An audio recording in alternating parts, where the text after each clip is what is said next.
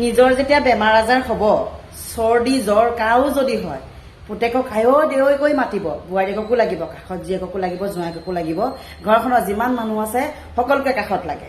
কাৰণ দেহাটো ধৰফৰ কৰে, কষ্ট হয়, কিন্তু সেইখিনি কষ্ট জানো বিয়নীয়েকৰ নহয়, বিয়নীয়েকৰ বা বিয়কৰ নহয়। যেতিয়া বোৱাৰীজনী ঘৰৰ মানুহ কোনোবা বেমাৰ আজাৰ পৰে, তেতিয়া জানো বোৱাৰীজনী যাব নালাগে মাত এষাৰ দিবলৈ, মাকৰ ওচৰলৈ, বাপেকৰ ওচৰলৈ, বা ঘৰৰ মানুহ কাৰোবাৰ যদি বেমাৰ আজাৰ হৈছে, বোৱাৰীজনী জানো গৈ পেলাই দেখা দিব নালাগে, বোৱাৰীজনী জানো চাব নালাগে?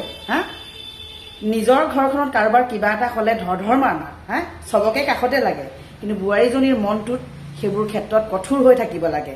বোৱাৰীজনীৰ ক্ষেত্ৰত সেইবোৰ মনবোৰ বুজিব নালাগে, সেইবোৰ দুখবোৰ বুজিব নালাগে। কাৰণ বোৱাৰীজনী শিলৰ খুঁটিহে, বোৱাৰীজনী ঘৰৰ মানুহবোৰ বেমাৰ আজাৰ হ'লেও বোৱাৰীজনী যাবলৈ মন নাযায়।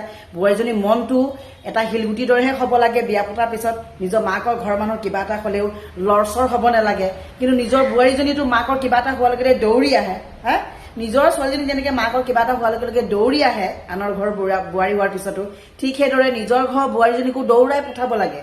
সিহঁতৰ ঘৰৰ মানুহবোৰত বিয়নীয়েকৰ বা মৃতুৰৰ ঘৰৰ মানুহৰ কাৰোবাৰ যদি কিবা এটা হৈছে, বিপদ আপদ যদি কিবা এটা হৈছে, বেমাৰ আজাৰ যদি হৈছে, নিজৰ ঘৰ বোৱাৰীজনীকো দৌৰাই পঠাব লাগে। যা বোৱাৰী চাগৈ, আমুকৰ আমুক হৈছে, তামুকৰ তামুক হৈছে, সেইটোহে কথা।